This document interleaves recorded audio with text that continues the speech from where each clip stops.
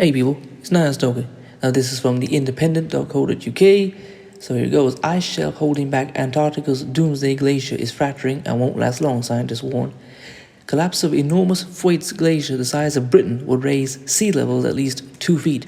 Antarctic vast, and just for people who are listening, I know all of my Tijuana and Black American viewers are listening. If you're in Louisiana, if this thing goes in 2 feet in, say, New Orleans, that's a serious threat. So if you're in the New Orleans area, it may be best if you leave that area and move out long before this happens. Antarctica's vast Thwaites Glacier, known as the Doomsday Glacier due to the grave risk its melting poses, is fracturing and retreating rapidly due to the worsening climate crisis, scientists have warned.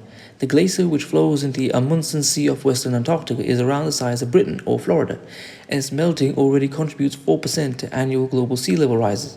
Scientists said it is now at serious risk of collapse, suggesting it could just last a few more years as the warming ocean's waters are slowly erasing the glacier's ice from below, leading to greater levels of fracturing and a faster flow of ice into the Southern Ocean.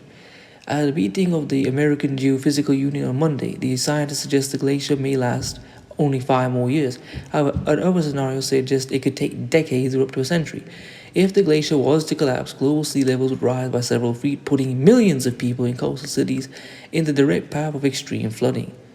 So, pretty bad. Thwaites is the widest glacier in the world, said Ted Scambos, a senior research scientist at the Cooperative Institute for Research in Environmental Science, CIRES. It's doubled its outflow speed within the last 30 years, and the glacier is in its entirety holds enough water to raise sea level by over 2 feet. And it could lead to even more sea level rise, up to 10 feet, if it draws the surrounding glaciers with it. Ooh.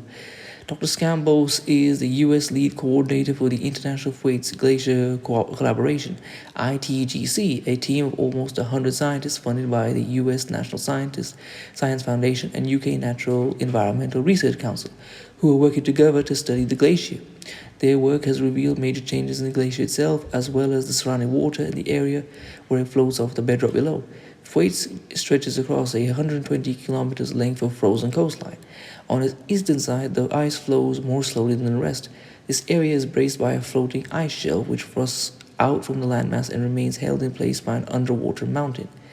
But the ice shelf won't last long, according to Erin Petit, an associate professor at Oregon State University. Warmer ocean water circulating beneath the ice shelf is attacking the glacier from all angles, the team has found.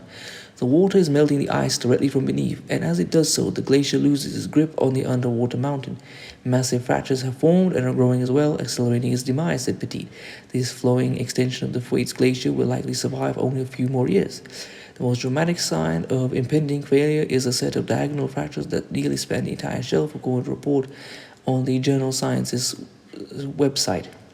Warm water is also a threat for the so-called grounding zone, the area where the glacier lifts off the seabed, said Peter Davis, a physical oceanographer at the British Antarctic Survey. Dr. Davis and his team have used hot water drills to drill access holes from the ice shelf surface to the ocean cavity hundreds of meters below.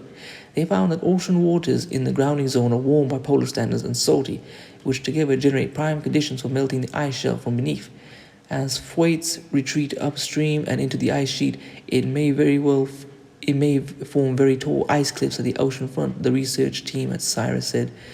And Anna Crawford, a postdoctoral researcher at the University of St. Andrews, and her team used computer modeling to study ice cliff failure. The process can take on many forms, but all of them could lead to very rapid retreat of the massive glacier, the team said. The bedrock shape of West Antarctica makes the region vulnerable to rapid retreat via ice cliff failure, as increasingly tall cliffs could be exposed as the ice retreats. This could lead to a chain of fracturing resulting collapse, said Dr. Crawford.